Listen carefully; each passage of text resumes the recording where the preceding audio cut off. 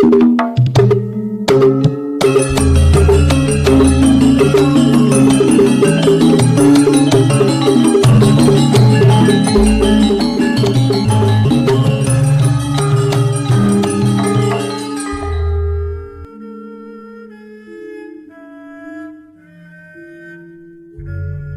Ibu, para kadang kinasih, simbah-simbah lan adik-adik, para rama, suster, bruder, berkah dalem Gusti, sugeng rawuh wonten ing PDSK channel menika. Kados pundi kabar panjenengan? Mugi-mugi bagas kasarasan kesehatan kawilujengan tansah mengku kula panjenengan sami anggenipun kelampahi gesang ing dinten menika. Lan mugi-mugi lumantar panglimbang basa Jawi waosan Injil kula panjenengan sansaya saged nggayuh iman kapitadosan ingkang leres lan mantep. Langkung-langkung anggenipun kula panjenengan tansah eling lan waspada wonten ing lampahing gesang saben dintenipun. Tiyang ingkang gadhahi kesiapsiagaan utawi kewaspadaan menika temtu langkung gampil manggih kawilujengan tinimbang tiyang sing mubra-mubru, grusa-grusu lan namung waton anggenipun nglampahi gesang. Awit kados kula panjenengan yen mlampah nggih, anggenipun mlampah menika ya sejangkah lan sejangkah sarta ningali dalan sing arep diliwati temtu langkung prayogi lan anggenipun kesandung menika temtu jarang. Ning nek anggenipun lumampah menika mripate jelalatan, ora ngetke dalan ning malah ngetke liya-liyane. Bisa-bisa kesrimpet kesandung. Lumantar waosan Injil dinten menika Gusti Yesus paring pitedah dumateng para murid dalem supados para murid tansah waspada lan siap siaga anggenipun nampi rawuh dalem Gusti, nampi kraton dalem.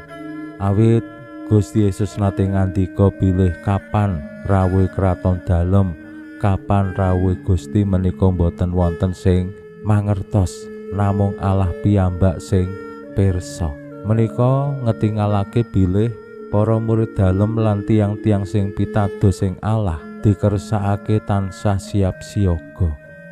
Salah setunggal cara anggenipun siap siaga menika kados satpam utawi tim keamanan sing tansah melek, tansah jaga rikala wanci dalu.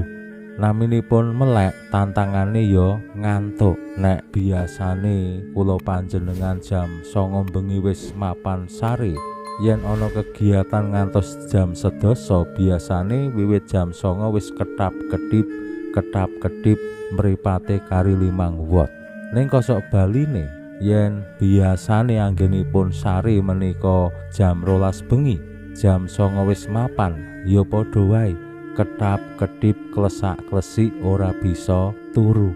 Gusti ngersakake para murid dalem tansah melek.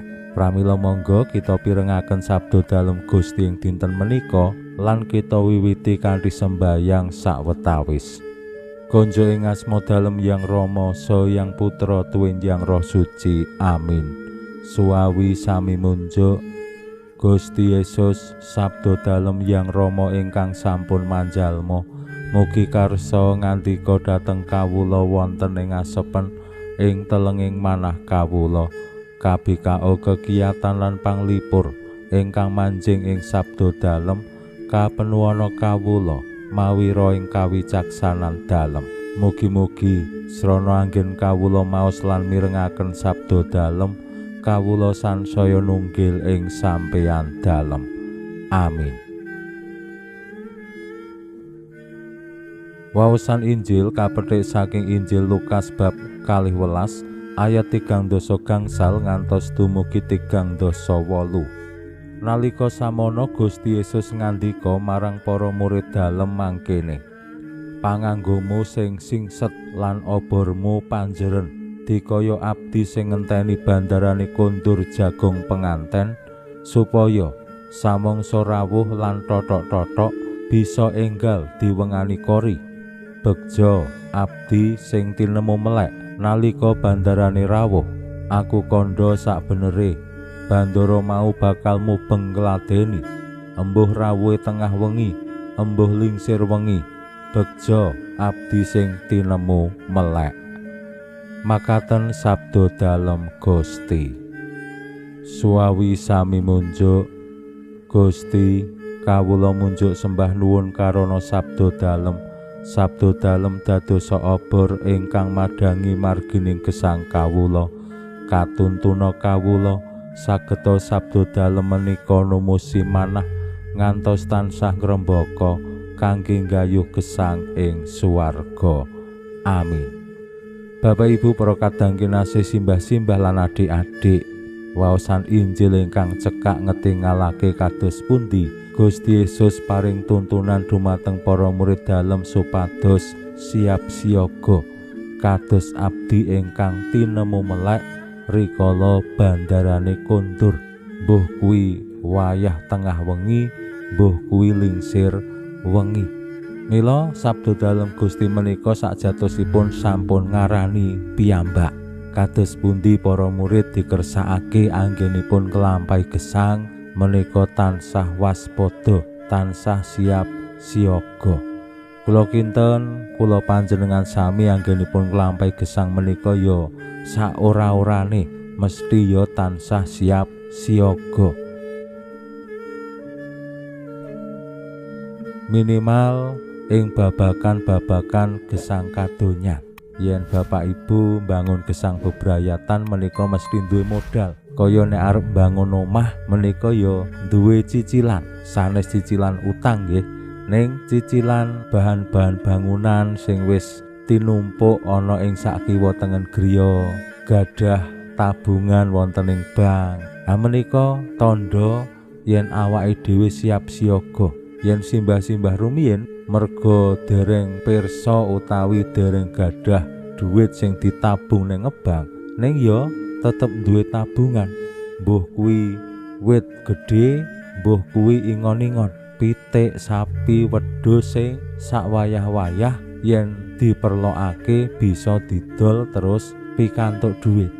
Menika nggih wujud siap siaga ngantisipasi masa depan. Yen Bapak Ibu menika tasih brayat enggal, brayat anem, kagungan putra alit, nah siap siagane napa? Bab kesehatan lan pendidikan. Kados pundi gadah tabungan kanggo yen sak wayah-wayah anggotaning keluarga menika gerah, utawi yen wayahe ing sak mangkih putra-putra sami sekolah wis ana cekelan, saengga yen ing sak mangkih menika dibetahake wis ora kangelan golek. Menika nggih tandha siap siaga.